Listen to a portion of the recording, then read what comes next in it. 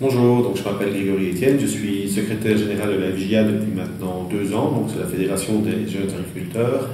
Nous encadrons avec une petite équipe de 8 personnes, plus ou moins 3000-3500 membres sur l'ensemble de la région wallonne, qui sont répartis donc dans 45 sections locales dans les 5 provinces wallonnes. Alors les missions de la FJA, il y en a plusieurs, c'est d'abord l'encadrement et la défense des intérêts des jeunes agriculteurs. Ça c'est pour l'aspect un peu plus syndical, mais outre cet aspect-là, on a un rôle très important en matière de formation. Donc la FJA est le principal centre de formation professionnelle post-scolaire à caractère agricole en région wallonne. Et donc à ce titre, nous organisons toute une série de formations, plus de 4000 heures de formation, soit plus ou moins une centaine de formations par an au sein de toute la région. Et donc dans ces formations, il y a plusieurs types de formations. Il y a des formations qui sont à caractère plus ou moins obligatoire pour pouvoir bénéficier des aides à l'installation, à la reprise d'exploitation. Et à côté de ça, il y a des formations vraiment sur base volontaire qui sont des formations de spécialisation, de diversification.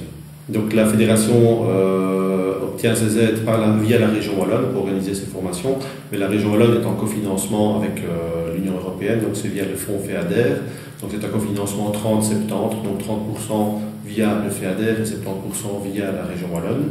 Et je veux dire, la fédération reçoit, elle, des subsides par heure de cours organisés. Donc ce n'est pas nous qui directement rentrons un projet, mais c'est vraiment au fil des formations qu'on obtient la subvention. Oui, donc de nouveau, là, il y avait plus ou moins un caractère obligatoire, puisque le stage est une des conditions pour pouvoir bénéficier des aides à la première installation, et ce, quel que soit le niveau de formation. Donc tout le monde doit passer par un stage au jour d'aujourd'hui, depuis le 1er janvier 2009.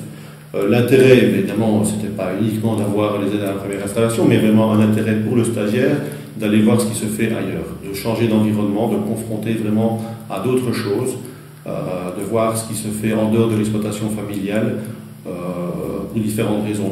Premièrement, les raisons agricoles, donc vraiment voir les techniques qui se font ailleurs, mais aussi pour un environnement socio-culturel différent et vraiment une ouverture d'esprit. Donc la formation A, c'est une porte d'entrée pour arriver à la formation B, qui elle est une formation vraiment théorique de reprise d'exploitation, donc cours de bail à ferme, cours de comptabilité, de gestion, de droit. Donc c'est vraiment apprendre, avoir le bagage administratif pour pouvoir reprendre une exploitation. Le cours A, lui, est plus une mise à niveau agronomique, donc avec de la phytotechnie, de la zootechnie, nutrition animale, bien-être animal. Donc là, c'est vraiment pour ceux qui n'ont vraiment aucune connaissance ou une connaissance minime en agriculture, eh bien, suivent le cours A. Ensuite, ils ont la porte d'entrée pour aller dans le cours B. Le cours B donne l'accès au stage et après le stage, on peut s'installer. Par contre, les cours C, là, c'est vraiment des cours de spécialisation, de diversification. Et là, on part vraiment dans des horizons tout à fait larges et diversifiés. Ça peut être des cours très techniques, comme de la soudure, de l'électricité, de la maçonnerie, vraiment ce dont on a besoin sur l'exploitation, mais aussi des cours à caractère plus théorique, comme de la gestion, spécialisation en gestion, faire un petit peu plus de comptabilité, des cours d'informatique. Mais de plus en plus, et ça c'est une nouveauté depuis quelques années, c'est vraiment sur des cours de diversification qu'on se lance. Et donc il y a de plus en plus de formations, par exemple en fromagerie, en crème glacée, en valorisation des produits du terroir, comment transformer sur l'exploitation. Donc ça c'est des cours qui sont nouveaux, qui vraiment se font de plus en plus. Notamment pour les cours de fromagerie qui ont vraiment un succès vraiment assez important, eh bien on remarque que suite notamment à la crise laitière, certains veulent ramener de la plus-value sur l'exploitation et se lancent au sein de l'exploitation dans la transformation. Nos formations sont entièrement gratuites puisqu'elles sont subsidiées et donc ça permet vraiment à moindre frais de se lancer. Ça permet également de ne pas partir les yeux fermés, de déjà un petit peu toucher à la matière et de ne pas se dire je vais me lancer dans la fromagerie alors que c'est temps ça ne va pas me plaire. Et donc ça permet également, au sein d'un atelier, de déjà manipuler et pourquoi pas ensuite faire le pas, et certains l'ont franchi.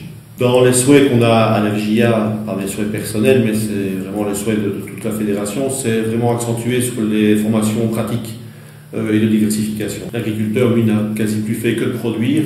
Là, il a un peu perdu le sens du contact, le sens de la commercialisation, de la transformation. Et donc notre idée vraiment c'est de rendre ces métiers au sein de l'exploitation et donc voilà, leur apprendre à retransformer, à recommercialiser, à se vendre, à vendre leurs produits. Ça c'est vraiment donc, des formations vraiment techniques, pratiques au sein de l'exploitation. La Fédération des jeunes agriculteurs donc, bénéficie des subventions FEADER via l'axe 1, la mesure 111. Mais néanmoins, c'est une mesure où il y a encore de la place pour d'autres opérateurs de formation. Donc j'incite vraiment tous et tous les opérateurs à rentrer des projets. Donc il ne faut pas hésiter à se former, toujours, à se former, mais également à s'informer via les différentes réunions d'information, via les séances d'études, et vraiment profiter au sein des sections locales, mais aussi à tous au sein des exploitations, des formations qui sont proposées gratuitement. Et donc c'est vraiment en profiter parce que c'est vraiment pour la FJA, on en est convaincu, c'est la clé de la réussite pour le métier d'agriculteur.